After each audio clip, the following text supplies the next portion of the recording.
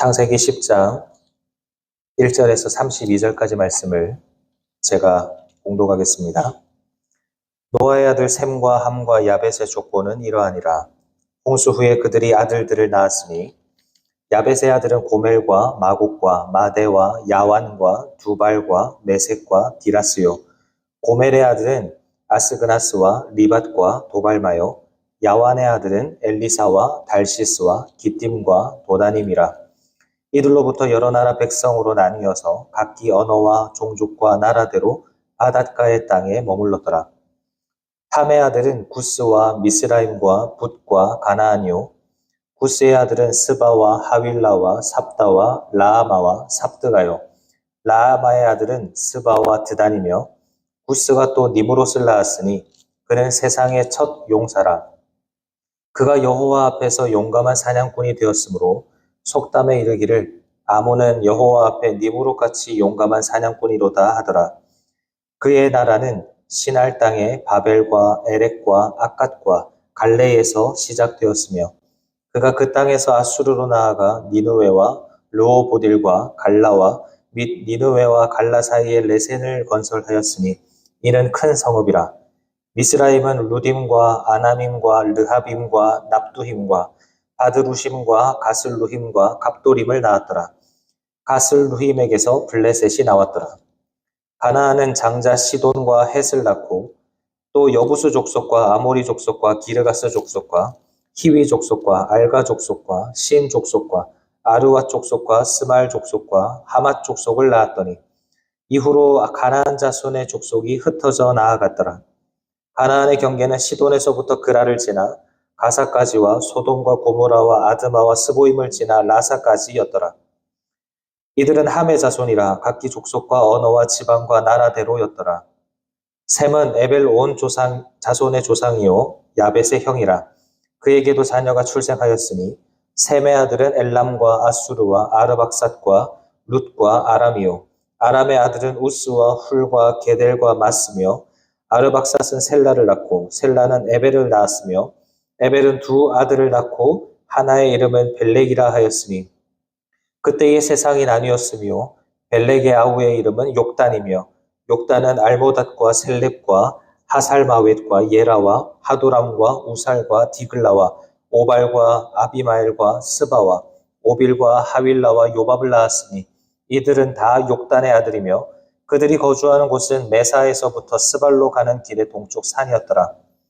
이들은 셈의 자손이니 그 족속과 언어와 지방과 나라대로였더라. 이들은 그 백성들의 족보에 따르면 노아 자손의 족속들이요 홍수 후에 이들에게서 그 땅의 백성들이 나뉘었더라. 아멘. 하나님의 은혜와 기도의 응답이 있는 새벽 되시기를 주님의 이름으로 축원합니다. 이 시간 본문의 말씀을 가지고 니므롯의 길, 셈의 길이라는 제목으로 함께 하나님 말씀을 상고해 보고자 합니다. 우리는 지금까지 창조에서부터 노아 홍수에 이르기까지 창세기 전반부에 나오는 흥미진진한 이야기들을 쭉 읽어가고 있습니다. 이런 스토리들이 계속이 되면 성경 읽기가 얼마나 재미있을까요? 그런데 오늘 본문은 족보입니다. 더구나 그리 친숙한 사람들도 아닌 온통 낯선 사람들의 이름뿐입니다. 읽다 보면 혀도 꼬이고 머리도 어지러운 것 같고 이 사람들이 나와 무슨 상관이 있나 싶고 그래서 얼른 다음 장으로 넘어가고 싶습니다. 그런데 우리가 족보를 살펴볼 때마다 나누는 말씀입니다만 성경에 나오는 족보는 그냥 허투루 기록된 것이 없습니다. 오늘 본문도 마찬가지입니다. 창세기 9장까지의 상황을 한번 떠올려 보십시오. 홍수 심판이 온 세상을 휩쓸고 지나갔습니다. 거대한 문명과 수많은 도시와 북적이던 사람들은 온데간데 없고 지구상에는 오직 노아의 가족들만 남았습니다. 세상은 텅 비어버렸고 무서운 침묵만이 감돌았습니다. 그 황량한 땅을 바라보면서 노아와 그 가족들은 얼마나 막막했을까요? 과연 다시 사람이 살 수 있을까? 다시 이 세상이 사람들로 북적일 수 있을까? 그런데 그로부터 시간이 흐른 뒤에 오늘 본문을 보십시오. 그렇게 텅 비었던 세상이 어떻게 되었습니까? 수많은 민족과 나라들로 이 땅이 다시 채워졌습니다. 다시금 수많은 사람들로 북적이면서 민족을 이루고 나라를 이루며 번성해가기 시작했습니다. 이 모습을 보면서 우리가 깨달을 수 있는 것이 무엇입니까? 오늘 이 족보를 함께 살펴보면서 하나님께서 우리에게 주시는 세 가지 교훈을 함께 묵상하려 합니다. 먼저 첫째로 본문을 통해서 우리에게 주시는 교훈은 하나님의 말씀은 반드시 성취된다라는 것입니다. 노아의 가족들이 방주에서 나온 직후에 하나님께서 노아와 그 가족들에게 주신 명령이 무엇이었습니까? 우리가 주일에도 살펴봤던 것처럼 생육하고 번성하여 땅에 충만하라는 명령이었습니다. 말씀은 참 좋고 희망찹니다. 그런데 노아의 가족의 입장에서 이 말씀이 과연 기쁘고 두근거리는 설레는 말씀으로 다가왔을까요? 지금 눈앞에 펼쳐져 있는 현실은 온통 진흙밭입니다. 문명은 사라졌고 지구상의 사람이라고는 노아 가족 8명뿐입니다. 당장에 오늘 저녁에 무엇을 먹을지, 어디서 잠을 자야 할지 막막한 상황입니다. 그런데 하나님은 생육하고 번성하라 말씀하십니다. 인간적인 계산으로는 도저히 답이 나오지 않는 상황인 거죠. 그런데 오늘 우리가 읽은 이 10장의 족보를 보면 그 막막해 보이는 말씀이 어떻게 현실이 되는지를 숫자로 보여주고 있습니다. 오늘 본문에 나오는 노아의 자손들의 수를 세어보면 2절부터 나오는 야벳 자손의 수는 모두 14명입니다. 6절부터 나오는 함의 자손의 수는 모두 30명이고 21절부터 나오는 셋의 자손의 수는 모두 26명입니다. 이 세 자손의 수를 모두 다 더하면 얼마인가요? 정확하게 70명입니다. 성경에서 70이라는 수는 우연히 맞아떨어진 수가 아닙니다. 성경에서 7은 완전수를 의미를 하고 10은 가득 찼다라는 의미가 있습니다. 그러니까 70이라는 것은 하나님의 뜻을 온전히 이루는 완전한 숫자라는 거예요. 성경 역사를 가만히 살펴보면 하나님은 중요한 변곡점마다 이 70이라는 숫자를 통해서 하나님의 일하심을 보여주셨습니다. 창세기 46장을 보면 기근을 피해서 애굽으로 들어갔던 야곱의 가족이 모두 몇 명이었습니까? 70명이었습니다. 하나님은 그 70명을 통해서 200만 명이 넘는 이스라엘 민족을 이루셨죠. 신약에서도 누가복음 10장에서 예수님이 하나님 나라의 복음을 전하기 위해서 제자들을 파송하셨는데 몇 명을 파송하셨습니까? 70명을 파송하셨습니다. 이렇게 하나님은 70명이라는 인원을 통해서 하나님의 일하심을 보여주셨습니다. 오늘 본문도 마찬가지입니다. 여기에 기록된 이 70명의 이름은 하나님의 말씀이 성취되었다라는 것을 보여주는 증거가 됩니다. 물론 딱 70명이 아니라 여기에 기록되지 않은 더 많은 사람들이 있을 수 있을 것입니다. 그런데 성경이 딱 70명만을 강조하면서 드러내고 있는 것은 생육하고 번성하라라는 그 말씀, 그리고 그 말씀을 주시며 복을 주셨던 그 하나님의 말씀이 얼마나 신실하게 하나님의 뜻 안에서 이루어졌는가를 보여주고 있는 것입니다. 사랑하는 성도님 여러분, 우리가 믿는 하나님이 바로 이런 하나님이십니다. 우리는 종종 눈앞의 현실을 계산하면서 낙심합니다. 내 손에 쥐어진 것을 보면서 너무나 부족하니까 한숨이 쉬어질 때가 있습니다. 지금 내 형편이 방주에서 갓 나온 8명처럼 너무나 초라하고 아무것도 가진 것 없고 도와줄 사람도 없고 그래서 어찌해야 할 바를 알지 못하는데 내가 어찌 번성할 수 있습니까? 어찌 일어설 수 있습니까? 이런 생각이 들 때가 있습니다. 그런데 여러분, 눈에 보이는 숫자에 속지 마시기를 바랍니다. 역사는 인간의 능력으로 흘러가는 것이 아니라 하나님의 말씀대로 흘러갑니다. 하나님께서 번성하라 하시면 번성하는 것이고 하나님이 충만하라 하시면 충만해지는 것입니다. 사람의 눈에는 8명밖에 보이지 않는 황무지라고 할지라도 하나님의 말씀이 임하면 70명을 이루는 역사가 일어나는 것입니다. 어떤 상황이라 할지라도 우리에게 주신 그 말씀이 반드시 우리에게 성취될 것을 확신하면서 오늘도 더욱 주님 붙드는 저와 여러분 되시기를 주님의 이름으로 축원합니다. 아멘. 둘째로 본문을 통해서 우리에게 주시는 교훈은 니무롯의 길을 걷지 말라는 것입니다. 지난 주일 설교 때 노아의 둘째 아들 함이 아버지의 하체를 보고 다른 형제들에게 알렸다가 노아의 저주를 받았다는 말씀을 살펴보았는데요. 그렇다면 우리가 상식적으로 생각을 해보면 저주받은 함의 자손들은 그 이후에 어떻게 살아가야 하겠습니까? 비참하게 살거나 힘없이 살거나 역사에서 사라져야 맞는 것 아닙니까? 그런데 오늘 10장의 족보를 찬찬히 살펴보면 조금 이해되지 않는 반전이 나타납니다. 세상적으로 볼 때 가장 잘 나가고 가장 강력한 힘을 가지고 가장 화려한 문명을 꽃피운 사람들이 누구인가? 놀랍게도 함의 자손들입니다. 6절을 보면 함이 구스와 미스라임, 붓과 가나안을 낳았다 이렇게 말을 하고 있죠. 여기서 미스라임은 이집트의 조상이 되고 구스는 이집트의 남쪽에 있는 수단과 에디오피아의 조상이 되고 붓은 이집트의 서쪽에 있는 리비아의 조상이 되고 가나안은 이집트 동쪽에 있는 팔레스타인의 조상이 됩니다. 그러니까 이 사람들은 북아프리카의 조상이 되는 거예요. 근데 특별히 그 중에서 8절을 보면 구스가 니무롯을 낳았는데 그는 세상의 첫 용사라고 말합니다.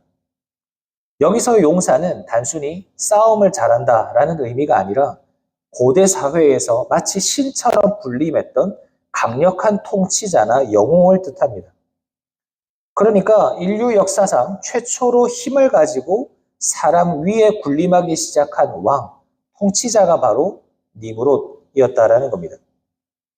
그런데 이 니무롯에 대해서 9절이 뭐라고 말하냐면 그가 여호와 앞에서 용감한 사냥꾼이 되었다라고 말합니다. 한글 성경으로 보면 좋은 의미 같죠. 하나님 앞에서도 인정받는 참 대단한 사람이었구나 이런 생각이 듭니다. 그런데 히브리어 원어를 보면 이 여호와 앞에서라는 말은 여호와를 대적하여서 하나님의 얼굴에 맞서서 이렇게 against의 의미가 담겨져 있습니다. 그러니까 니무롯은 하나님을 경외하는 사냥꾼이 아니라 하나님을 무시하고 자신의 힘을 과시하면서 하나님의 통치에 정면으로 반박했던 반역자였다는 겁니다.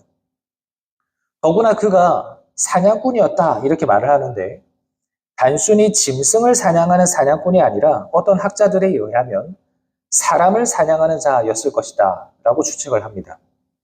힘없는 사람들을 정복하고 그들을 노예로 삼고 그들의 노동력을 착취해서 자신의 왕국을 건설했던 폭군이었다라는 겁니다. 그렇게 사람을 모아서 한 일이 10절을 보면 신할 땅의 바벨에서부터 나라를 세워가죠. 하나님께서는 흩어져서 땅에 충만하라 말씀을 하셨는데 니무롯은 사람들을 한 곳에 모으고 성을 쌓고 자신만의 제국을 건설합니다. 그 시작이 되는 곳이 바로 하나님을 대적하여 탑을 쌓는 바벨탑 사건의 기초가 되고 또 요한계시록에 나오는 무너질 세상 나라를 의미하는 바벨론의 뿌리가 되는 바벨이라는 곳입니다. 또 11절을 보면 아수르로 나아가서 니느웨라는 성을 건축하죠. 니느웨가 어떤 곳입니까? 요나 선지자가 가기 싫어했었던 잔인하고 포악하기로 소문난 아수르 제국의 수도입니다. 이런 기록들이 말하는 것이 무엇입니까? 니무롯은 힘으로 정복하고 힘으로 성을 쌓고 힘으로 자기 이름을 떨치는 자였습니다. 사람들은 그를 보면서 열광했을 겁니다. 니무롯 같은 사람이 되고 싶은 마음도 분명히 있었을 겁니다. 그러나 이것이 바로 함의 자손이 보여주는 세상의 길입니다. 겉으로 보기에는 너무나 화려합니다. 큰 성을 가지고 세상의 모든 권력을 쥐고 있는 것 같습니다. 하나님께 저주를 받았다라고 말을 하지만 사실 겉으로 보면 오히려 그 반대인 것 같습니다. 그러나 그 중심에는 하나님이 없습니다. 오히려 하나님을 대적하고 그 힘으로 약한 자를 짓밟고 자기 욕망만을 채워갑니다. 이것이 니브롯의 길이고 세상의 길이며 또 한편으로는 창세기 4장에서 나타났던 가인의 길이기도 합니다. 우리가 사는 세상도 여전히 이 니브롯의 길을 숭상합니다. 더 높은 건물, 더 많은 돈, 더 강력한 지위와 권력을 가지면 그것이 마치 하나님 주신 축복인 것처럼 착각합니다. 그런데 우리는 거기에 속으면 안 됩니다. 전에 말씀드린 것처럼 하나님 없는 풍요, 하나님 없는 성공은 심판의 근거가 될 뿐입니다. 우리는 이 화려해 보이는 세상의 힘, 니브롯의 길을 부러워하지 말아야 합니다. 그 길은 성공의 길처럼 보이지만 실상은 하나님을 대적하는 멸망의 길이라는 것을 우리는 분별할 줄 알아야 합니다. 이런 차원에서 마지막으로 오늘 본문이 우리에게 주는 메시지는 무엇이냐면 니브롯의 길이 아니라 셈의 길을 걸어야 한다라는 것입니다. 가인의 길과 반대되는 셋의 길이 있었던 것처럼 니브롯의 길과 반대되는 길은 셈의 길입니다. 본문 21절을 보시면 아주 독특한 표현이 나옵니다. 셈은 에벨 온 자손의 조상이요. 여러분, 족보는 보통 아들의 이름을 대면서 설명을 합니다. 그러니까 셈은 아르박삿의 아버지요. 아르박삿은 셀라의 아버지요. 셀라는 에벨의 아버지다. 이게 정상적인 기록이라는 겁니다. 그런데 여기서 뜬금없이 증손자 에벨의 이름을 끌어와서 셈을 가리켜서 에벨 온 자손의 조상이다라고 소개합니다. 여기서 왜 굳이 에벨을 강조했을까요? 여기서 에벨이라는 이름은 히브리라는 단어와 유래와 뜻이 같습니다. 히브리라는 말은 강을 건너온 사람, 구별된 사람이라는 뜻입니다. 그러니까 하나님의 백성인 히브리 사람들의 조상이 되는 이 셈, 이 사실을 성경은 분명히 밝히고 있는 것이죠. 그런데 왜 하나님은 셈을 통해서 하나님의 백성의 계보를 이어가셨는가? 여러분, 셈의 자손들의 족보를 보십시오.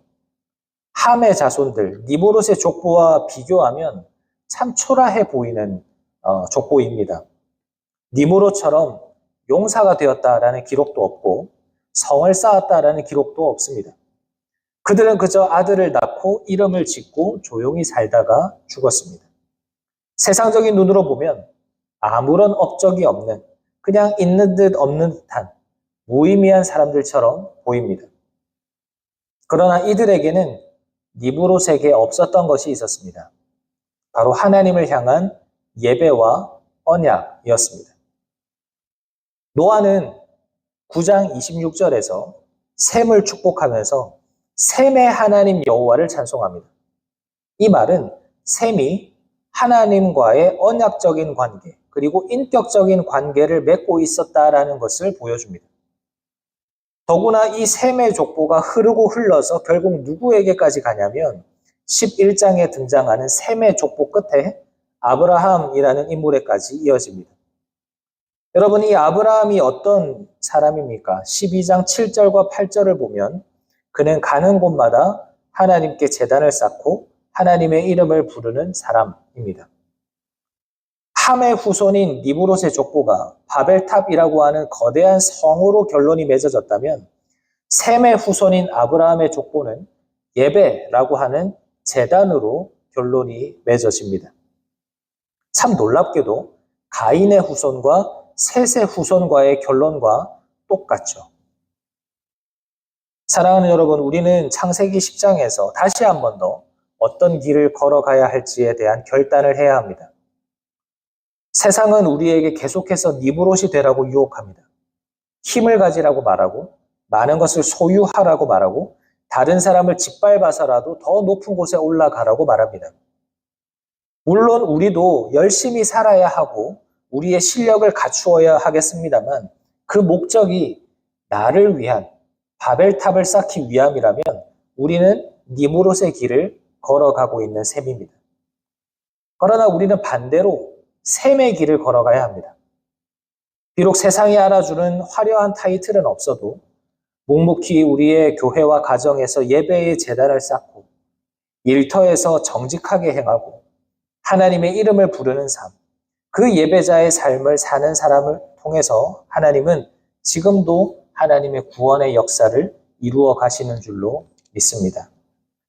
말씀을 마무리하겠습니다. 사랑하는 여러분, 지금도 역사는 흐르고 있습니다.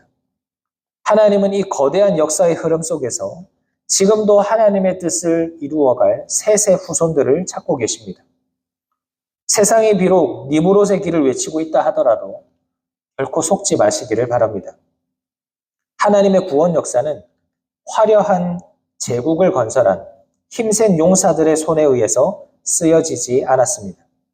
세상이 주목하지 않아도 묵묵히 예배와 기도의 자리를 지키면서 성을 쌓는 대신 제단을 쌓았던 그 셈의 후손들을 통해서 하나님의 나라는 이어져 오고 있습니다.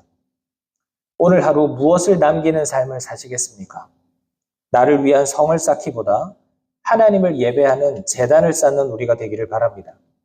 말씀하신 바를 반드시 성취하시고 이루시는 그 신실하신 하나님을 바라보면서 오늘도 니브롯의 길이 아닌 셈의 길을 걸으며 하나님만을 예배하고 하나님과 동행하는 저와 여러분 되시기를 주님의 이름으로 축원합니다.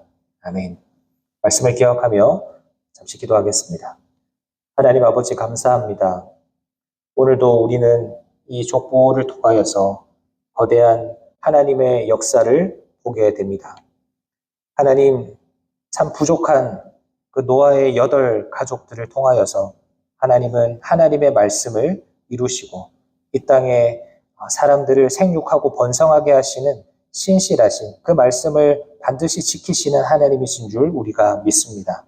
하나님, 우리가 그 하나님의 말씀을 기억하며 하나님의 신실하심을 바라보며 오늘도 하나님을 붙드는 우리가 되게 도와주시고 특별히 이 세상의 그 니브롯의 길이 아니라 하나님의 그 예배의 자리를 굳건하게 지켜왔던 셈의 길을 걸으며 우리가 늘 하나님과 동행하는 그리고 하나님만을 예배하는 자로 이 세상을 살아가게 하여 주시옵소서. 오늘 하루도 우리의 삶을 주님께 의탁합니다. 우리와 동행하여 주옵소서. 감사드리며 예수님의 이름으로 기도합니다. 아멘.